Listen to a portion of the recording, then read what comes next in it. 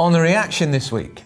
Is Prince William right to wade in on the conflict in Gaza, or should he follow the late Queen's example and stay out of politics? And as the Borders watchdog is fired for telling the truth about our immigration failings, who's going to get to grips with policing our borders? Plus, the NHS Trust claiming that chest milk from trans women is just as good as breast milk. What? Yeah. And should a woman who dumped her partner after winning $1 million on a lottery scratch card share a jackpot with him?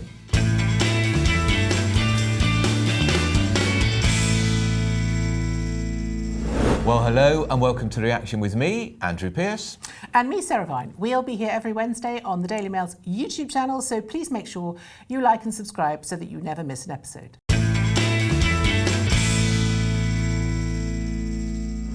Now, we start this week with Prince William's impassioned statement calling for an end to the fighting in Gaza. The heir to the throne says he's deeply concerned about the human cost of the conflict. Well, it's not the first time the Prince of Wales, as he now is, has made a public statement about the conflict just days after the October 7th Hamas terrorist attack. The King, along with William and Kate, publicly condemned what they described as barbaric acts of terrorism and made clear they supported Israel's right to defend itself. Well, the Prince's latest intervention appears well-intentioned, but is it wise? Well, I would question the timing. Yeah. Because there's a vote tonight in the House of Commons on a ceasefire. Yeah. And I'm sure it's not William's intention to influence the outcome of a parliamentary vote, because that really would be constitutionally quite tricky. But whoever's advising him might have wanted to point this out, because that's how it could be construed, I do think. Yeah. And I think that's the real problem. I mean, I personally, I don't think he should be quite so emotional about these things. I know it's an emotional subject, but that's not really his role. But I think this particular case is this moment is very badly chosen for him. It's also, Sarah, the most intractable problem. The Middle East, the Israel-Gaza situation, the West Bank, it's so difficult. It is no coincidence that Her Majesty the Queen, one of the most travelled heads of state ever in a 70-year reign, never went to Israel because the Foreign Office wouldn't let her go to Israel because it was too loaded with political symbolism and significance. And I think the Queen would be aghast at what he's done, because do you remember she got involved in the Scottish referendum? They said all she said was on a walkabout, I do hope people will think carefully before the way they vote. So we all construed that as great, but she didn't make a written statement. Very dramatic, on black backing, talking about the darkest hour. Well, that's Churchillian. I know. And also, I can't remember. I mean, I'm sure the listeners, viewers will correct me if I'm wrong, but I don't seem to remember him making any statement about Ukraine and Russia. No. And Syria. So, or Syria, or any of the other chemical weapons on their own people. Or the Congo, or any of these terrible places where awful genocides and terrible things are happening, and, where arguably the situation is just as terrible, just as hopeless and just as complicated. This is not this particular issue, I think, is deeply inflammatory, and but I just do think this timing is just mad. Whoever is advising him needs to be much more on the ball, because if I were his advisor, I would have said, you can't say that because there's a vote tomorrow in Parliament. You could say it next week. You could say it next week, or you could do a more considered speech, yeah. Whatever you want to do. If you really feel strongly that you have to say something about this, then of course that's up to you, sir. But the fact of the matter is you can't do this now, because the one thing the monarch cannot be seen to be doing is trying to influence Parliament. That's why we have the state opening of Parliament with Black Rod banging on doors and people walking backwards and all of that kind of malarkey. Yeah. There is a very good reason, because we are not, we are governed by the Houses of Commons. But you raise a very significant point, in my view, whoever's advising him. Well, we know he's got a former Foreign Office official in his team. The government had to have signed this statement off. There's no doubt about it. The Foreign Office would have been all over it. I smell David Cameron's influence in all of this. Lord Cameron, of whatever his title is, back everywhere, isn't he? Well, he's been pushing quite hard for a ceasefire, hasn't he? He has, more so and more vocally, I think, than any other member in the cabinet. And I can just People tell me he's involved. There's a suggestion that rather than this coming from William, that it may have been from the Foreign Office. Why don't you do this, sir? They knew he was going to a synagogue to talk about the rise in anti-Semitism. That is fine. The future monarch should be able to do that. But has David Cameron put the future king up to this? And if he has, he hasn't done him any great service in my view. Because if that's... And why is Cameron back anyway? Well, if he's done that, then he just makes Prince William look like a useful idiot. I mean, there's just... And that's never something that the king should be. No. And the future king. And I'm still puzzled about why Cameron is back in government, because I was there when Rishi Sunak made that conference speech in October in party conference where he talked about 30 years of inertia, 30 years of wasted government. 6 weeks later, he brought back David Cameron. Did you not remember that David Cameron was Prime Minister for 6 years of those 30 years of wasted government? And I think he's running the show behind the scenes. I mean, honestly, I wouldn't disagree with you. Well, you know him personally, in a way I don't. He's extremely good at what he does, yeah. David Cameron. He looks the part, sounds the part. He's a fantastic diplomat. And you could argue that Rishi doesn't look the part or sound the part. No, and also, you know, David Cameron has a sort of hinterland as well, which sort of includes George Osborne and other people like that. So I think, I mean, you know, we tend to focus on the sort of right-wing rebels in the Tory party, but there's definitely a sort of centrist faction. Yeah, this is it. Yeah. And just imagine if Cameron has pulled this off, how proud of himself he'd be. I persuaded the future king to make a statement which has been condemned, by the way, by the Israeli government as naive. Well, I mean, the Israeli government quite rightly say return the hostages and we'll stop. We'll have a ceasefire. Yeah. And that is their. I mean, you know, the thing is, Hamas is a terrorist organisation. Who are committed to wiping Israel off the face of the earth. If it was Britain, that, you know, if these hostages had been taken by, say, just for argument's sake, IRA terrorists, would we be... I mean, you know, we have to remember that Israel is a liberal democracy. The only one in the Middle East, by the way. And the only one in the Middle East. And yes, I agree, Netanyahu is almost certainly not the right person to be dealing with this crisis. No.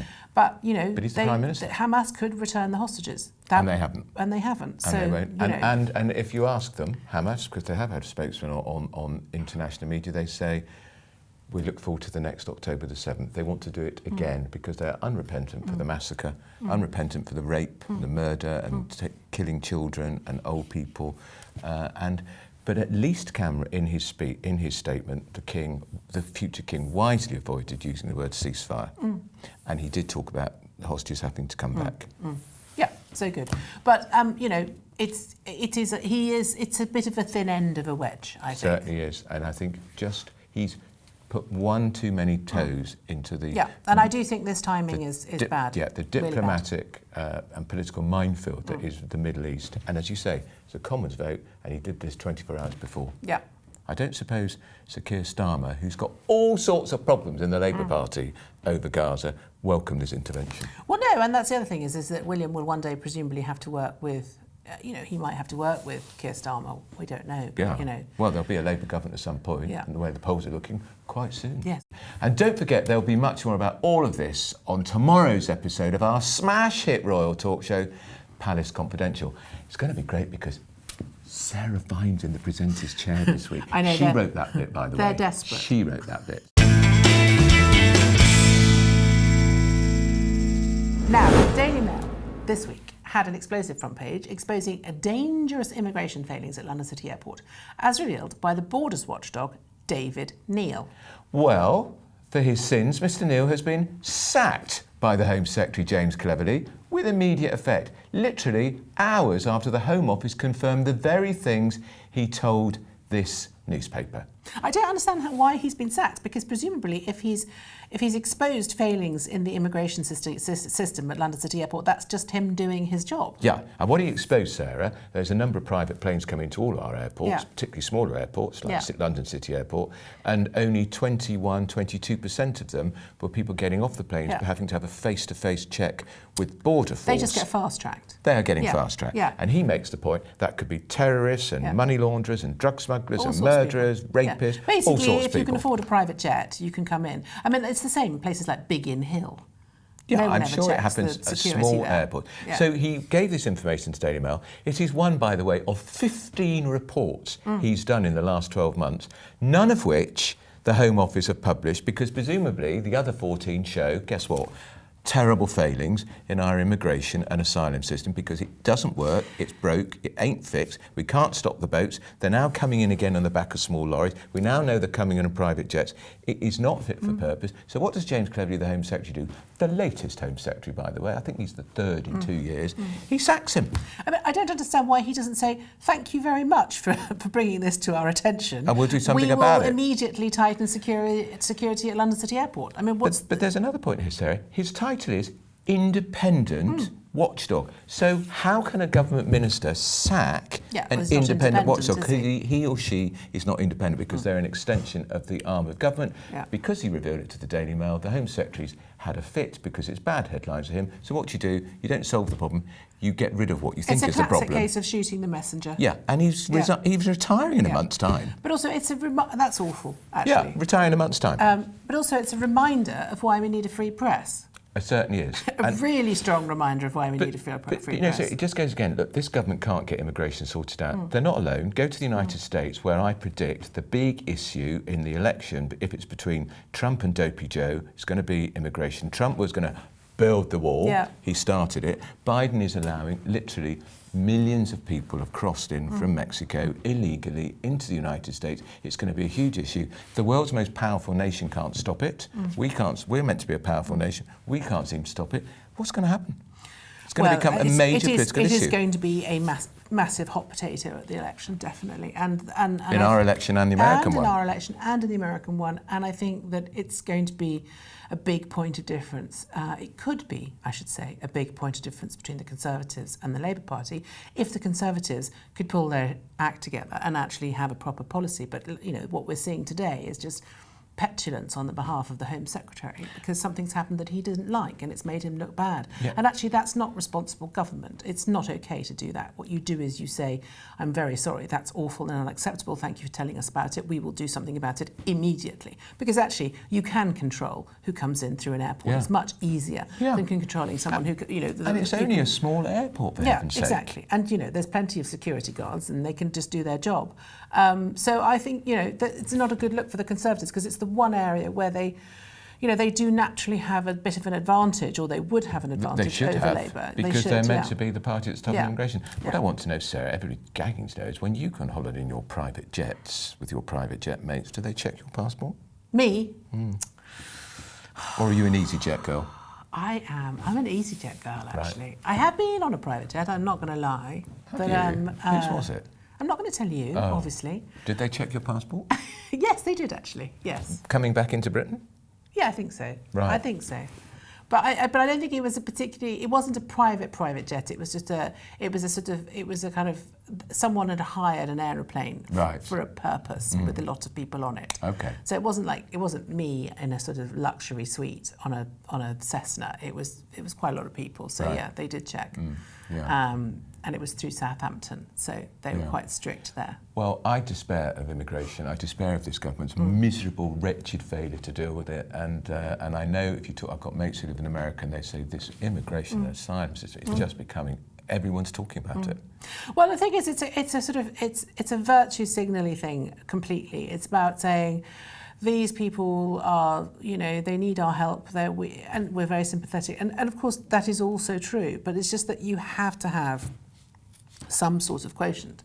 Otherwise, it just becomes completely out of control, which is what we're seeing. I mean, Ireland has the same problem as well. Huge. And they're having civil unrest. Yeah, the Irish are actually having civil disturbances on the streets, you know, because riots. They are finding that they're just being overwhelmed. Yeah. And you know, that's just human nature. People are very welcome, provided they don't feel that their own lives and their own livelihoods, existences are being undermined. Well, and we talked about it on this programme only last week, Sarah, with the revelation that 16,000 homes have been made available for asylum seekers when we've got 1.2 million people on the council house waiting list. And scandalous. Then, you know, children need to go to school, people need to be housed, there needs to be medical care for them. And, you know, there's only so much that, you know, the country can deal with. And that's not, you know, that's not a sort of, it's not want of wanting to help, it's just, you know, practically you can't have civil unrest like that. You can't have what's happening in places like Sweden and Ireland and Germany. It's not okay. If people call me a liberal for having a hardline view on immigration, call me a liberal because I don't care. We cannot cope with the numbers coming in, and it's got to stop. You don't mean liberal? Illiberal. Illiberal. Yeah. I thought you said liberal. No, illiberal. No one ever calls you a liberal. Nobody's ever called me a liberal. I'd sue It's if like they did. something's wrong. I would take immediate legal action because it would be terrible for my reputation. So this is an unbelievable story about a guy in Essex who got stuck in a giant puddle. Have a look at this clip. Yeah, we've got just one bloke who's over the steering wheel, mate. He's all right. You can't open the windows. Yeah, obviously. Because that is the emergency services I know. casually chatting on the phone, hanging over the fence, looking at him, doing Literally nothing. kicking his foot in the water as though he was sort of, you know, and so basically saying, "Oh, I don't think we can really do anything about that." I mean, They didn't have the right waders. didn't have the right waders. So then this couple come along in their 30s and they save this poor guy from his car. But you can see the guy's stuck. He's going to drown. And he's in shock, Yeah. apparently. Well, you He's would be. cold. Yeah. He's scared. Yeah. And the firefighters say, oh no, it's more than my job's worth, Yeah. literally, to go Literally. in the water because we don't have the right equipment. However, we've sent for the right equipment. Where is it? Well, it's on its way. Can Well, you how please far sign away? this waiver Yeah, exactly. saying, I do not hold you responsible? I know. And if you by get... the way, it's about 4 or 5 miles away, and it's going to take quite a long time to get to this couple. I mean, just the classic Good Samaritans the think thing is, they but- go in and do it. But you think of these sort of... I mean, I think of firefighters as just as heroes. Yeah. I think of them as sort of, you know, I don't know... they're Burning kind of- buildings, yes, gas leaks. brave people who are happy to sort of, you know, do anything to help you, save your cat or your granny or whatever it is. And that's just quite an overweight, unfit man leaning on a fence, having a really awful jobs-worthy conversation. Yeah. I mean, he shouldn't be in that job. More if than he's my not job's prepared worth to do it. it. Oh, I I can't mean, do it. And they were told off, of the course, couple, nobody for wants to rescuing dive them. into freezing cold water, obviously. But, you know... But the couple were told off of what they did because they said they put the guy in the car. By the way, the guy in the car, you wouldn't believe this, is a driving instructor. So I don't know that he's going to get much work on the back of this because a driving instructor had driven past signs saying "Beware, flooded river." Yeah. But that's not the point. You don't say, well, I can't rescue him because he drove past a sign saying flooded river. You No, don't they'll say... probably get prosecuted now. You can't say to somebody who burnt a house down with a cigarette, we're not going to go and put the fire out because you were smoking. I wouldn't be surprised if they don't get some sort of fine from the Yes, council. they won't get 25 years ago, they'd have got a Good Samaritans award. Exactly. But yeah, they'll probably be fined for breach of the peace or something breaking like health that. and safety rules. Yeah. But it is pretty shocking, isn't it? It is just mind-blowing how depressing that clip is. Yeah, and look, to be fair to firefighters, they do a great job. Probably somebody in the boss class said, oh, you can't go in unless you've got the right equipment. Oh, no, you can't do that because of insurance. Yeah. It'll be an insurance issue. Yep. So, what do you think? I, by the way, Sarah, would have gone in to help him, Would the man you? in the car. Without a doubt. Yeah. Wouldn't you? I think I probably would have too, although my hair could have ruined my hair.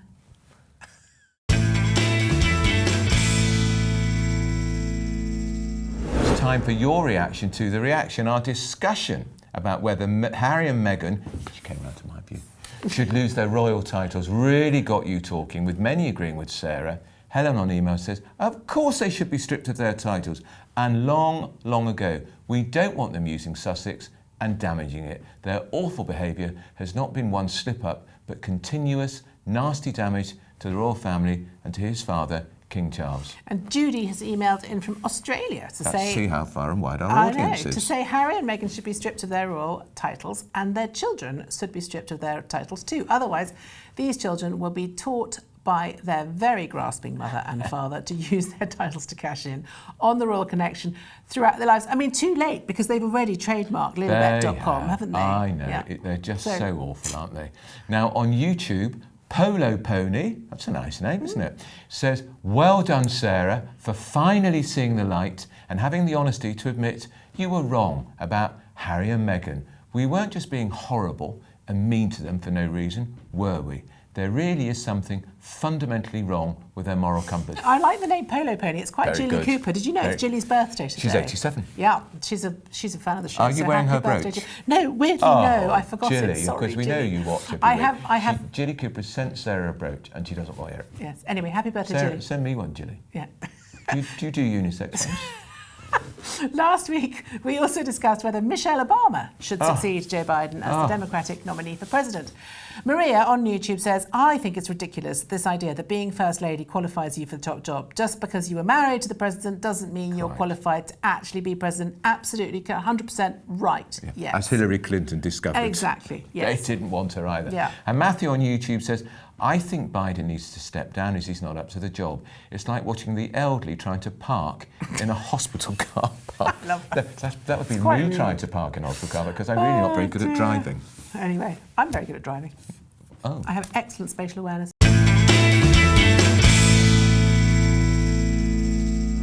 My allergic reaction this week is to an NHS trust claiming that hormone-filled milk from trans women, that is, women who used to be biological men, well, who still are biological men, but who were identifying as them, is just as good for babies as women's breast milk. Actually, just no. Look, I've never breastfed in my life, but it is ridiculous, It's and ridiculous. it is the worst sort of virtue signalling But by this a is- load of this is- middle-class this is NHS chemically bureaucrats. induced milk. So it's you full have of to- drugs you have to and pump hormones. the person full of hormones to Of get course. them to actually make the milk. And apart from anything else, you can only literally get about a thimble fill. And as somebody who breastfed 2 babies Yeah. for quite a long time, you need an awful lot of breast milk to feed a baby. Yeah. I mean, honestly, you do. You really probably do. You need. I mean, I don't know. Mine would have 4 to 6 ounces per feed, and they'd probably have about 6 to 8 feeds a day. I mean, Yeah. when you're breastfeeding, you're feeding pretty much all the time, and plus it's exhausting because it drains you.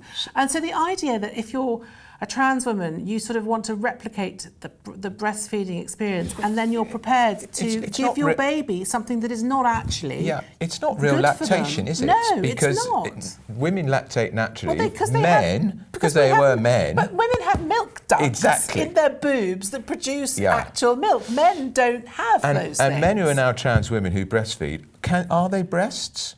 Or are they No, not? They're just constructs. They're obviously they'll be silicone. They don't contain any ducts or anything like that. So It's a nonsense. I mean, okay, maybe if you want to sort of, cradle your baby next to your breast while you feed it bottle milk, fine, that's lovely. And where do these But babies come from, by the way? Have they adopted them? I don't know. It's all very. I mean, I'm sure they've got them. I don't know. It'd be nice if they had adopted them because more people should adopt babies. Yes, of course. It is one of the most ridiculous, laugh out loud stories, silly. and the trust It's should silly. be It's like hanging its head in saying shame. that a trans man can have a sort of down below arrangement fashioned surgically, and that it will produce sperm. Yeah, But because it it won't. won't. It's No. not. You just can't do that. No. But why? But it's so. But sorry, can I just say it's so insulting to mothers because breastfeeding is quite a difficult, contentious issue. A lot of people can't do it. A lot of people struggle with it. And it's just the idea that you're sort of investing resources in something that, quite honestly, is not going to produce. It's not going to produce the required effect for the baby because the baby's not going to be able to be fed with this stuff. You're still going to have to give them formula because there's no other way. Do you know what I mean? I mean, don't you think this feeds into this whole idea? Once espoused in the House of Commons, I'm afraid to say, by Penny Mordaunt, who's the leader of the Commons when she was Equality Minister, pregnant people. No, you're a pregnant woman, you're not a pregnant person, Exactly. and we've got to stop this woke nonsense, and this is the sort of thing that we know Kemi Badenoch, the Equality Minister, is trying to get to grips with. Well, And the thing she is- should take on this trust I agree. for saying this. I think she should, and I think the fundamental thing here is that it's everybody wants everybody to have their identity, but you shouldn't do that at the cost of other people's identity, and in this case, at the cost of women's identity. It's the female identity that's being eroded here, and it's being it's always the women who have to give it away. It's just not right. Those guys who want to change their gender, they may change their gender, but you still don't get. You're No. still not No. the same as you. No. Because it's just not possible. And there's nothing wrong with that either. No, but know. you just can't have everything. You can't have everything on a... No. You just can't have everything. Now, my allergic reaction this week is to the man whose partner won £1 million on a lottery scratch card, then dumped him. He's now saying he should get half because it was his idea to buy it. Well, this No. so they go to the shop together, little local store. Yeah. 2 scratch cards. He goes, why don't you buy a couple of scratch cards, love? That's right. She buys them. Yeah, with her money. With her money, she then He tries to scratches it say off. that he offered her the money, but she paid because it's all on the Yeah. CCTV of the Yeah, shop. yeah. She scratched off. Ta-da! It's her money. Drum roll. She's got £1 million in her hand, and she's dumped him, wants to get half of the money. No, he's got no legal I agree. right to it And whatsoever. he shouldn't even try. He should be... It's very ungentlemanly. And if he'd been a bit more savvy Yeah. and said... He would have chatted Go her on, up a bit. He would give have us a bit. chatted her up a bit. You know. But, I mean, he could have 10,000, 50,000. Yeah. Yeah. Could have Because, got something. we've all had that A car, conversation, haven't we? If you Supra. won the lottery... Yeah. And I know you always I talk have about this conversation with myself in my head all the time. But do you ever buy a lottery ticket? Yeah, this is the flaw in my Yes. plan. I never that get you around never to buying a remember. And I lottery haven't bought... ticket. Well, I've just won the lottery, Sarah. Have now, you this now? is a drum roll Is moment. this the last episode you'll be doing of the reaction? Are No, you going to go and live probably not, in because Costa Brava? it isn't the Camelot lottery, it is the British Legion Poppy Appeal lottery, and the checker I've won, and I see a check, I thought, oh my God, because you can win up to £25,000. Yeah. The 5 is the clue. I won £5. I have to say, when I do play the lottery, I play it online. Yeah. And I once played it online, and I was just about getting on a plane, and I got a message just as I had to turn my phone off saying, "You've won." Oh my God. And I was like, Forget the flight. So on the flight, I was thinking, oh my God, okay, what have I won? Okay, I'm going to give this to my mum. I'm going to give this to my brother. I'm going to give my friend who's divorced some money so that she can get rid of her horrible ex-husband. Waiting for her to mention me. I don't think it's on the list. And then I landed and I got the Wi-Fi back, and it was £5. Yeah. So knowledge. So with my £5, I decided to send it back Brilliant. to the Royal British Yeah. Legion Poppy Appeal, Good. because obviously they need £5. Yes. But I have to say, if I had won the £25,000, I would have kept it. Yes. What would you have spent it on? Obviously, a lot of it on you, Sarah. Good. Did you notice my tongue Yes. was in my cheek? Did you? It's there. It's like a Hermes handbag, please. I would put it towards a really expensive holiday. Would you? Yeah. Yeah. A sort of holiday you think, oh, I couldn't possibly. I couldn't possibly do that. Yeah. Because you can't take it with you. Yeah. And look, £25,000 isn't life-changing anymore. Well, when I was growing up, it would have made a big difference. I'd give it to my kids, actually. Yeah. I wouldn't give it to them because they'd immediately They spend it on the worst sort of things. I would just put it in a a bank trust account or for them, something. Yeah. So we wonder, what do you think? So that woman is not going to give in, is she? Well, I hope not. No. Also, now she can have her pick of all the gentlemen because she's got £1 million. Few of them, and they all know who she is. And well, Anyway, that's it for today. Thank you so much for watching. Join us again next week if you can on Wednesday for more reaction to the story making the headlines. And don't forget to make sure you like and subscribe so that you never miss an episode. So see you again next Wednesday. Bye. Goodbye.